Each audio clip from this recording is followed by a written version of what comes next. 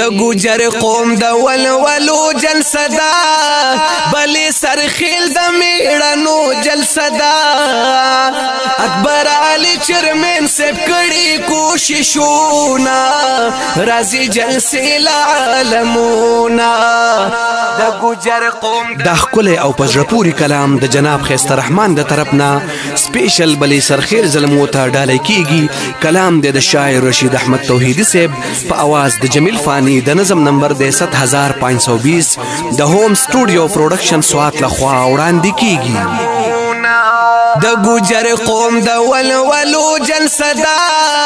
بلې سرخیل د میړنو جلسه دا اکبر علي چرمن سب کړي کوششونه رازي جلسه العالمونه د ګوجر قوم د ولولو جلسه دا بلې سرخیل د میړنو جلسه دا اکبر علي چرمن سب کړي کوششونه رازي جلسه العالمونه بلې سرخیلو اتحاد راولي د ګوجر قوم یو اتفاق راولي اکبر علي درته مینت کوما په اتفاق او قوت کوما توتی رحمان صاحب د زمرو جلسه دا بلې سرخیل د میړنو جلسه دا زکای کیږي په هر ځای کې تعریفونه رازي جلسه العالمونه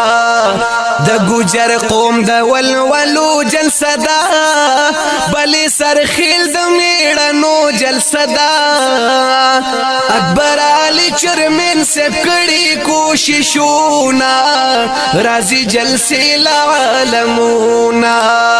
اے شیر المازل د بادوسی خیسته رحمانت اللبادوسی خیسته زاده بلی سر گل دے پکی دا شیر بدر ملنگ تل دے پکی شہزاد گوجر د ننگیالو جلسه دا بلی سر خیل د میړنو جلسه دا ز عبدالله بپیشند ماسرا گلونا رازي جلسه العالمونه د ګوجر قوم د ولولو جلسه دا بلې سرخیل د میړنو جلسه دا اکبر علي چرمن سب کړي کوششونه رازي جلسه العالمونه او شیرین زاد سردار یوسف یادوم نن بغزاده محمد یوسف یادوم تل په ګوجر قوم ننګونه کړي تل یې اغیار سره جنگونه کړي هم دا د سمي هم د غرو جلسه دا بلې سرخیل د میړنو جلسه دا محمد امینا ډلې ډلې نفلونه رازي جلسه العالمونه د ګوجر قوم د ولولو جلسه دا بلې سرخیل د میړنو جلسه دا اکبر علي چرمن سب کړي کوششونه رازي جلسه العالمونه او توتی رحمان سے بھی مالیار یادیږي ډېر عزت مند په بار بار یادیږي عمر علي نواب زاده ښکلي دي دا سید بچاو پیرزاده ښکلي دي د ګوجر قوم د ګلالو جلسه دا بلې سرخیل د میړنو جلسه دا په علم زیبو جان بخوای سلامونه رازي جلسه العالمونه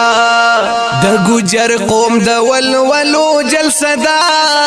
بلې سرخیل د میړنو جلسه دا اکبر علي چرمن سب کړي کوششونه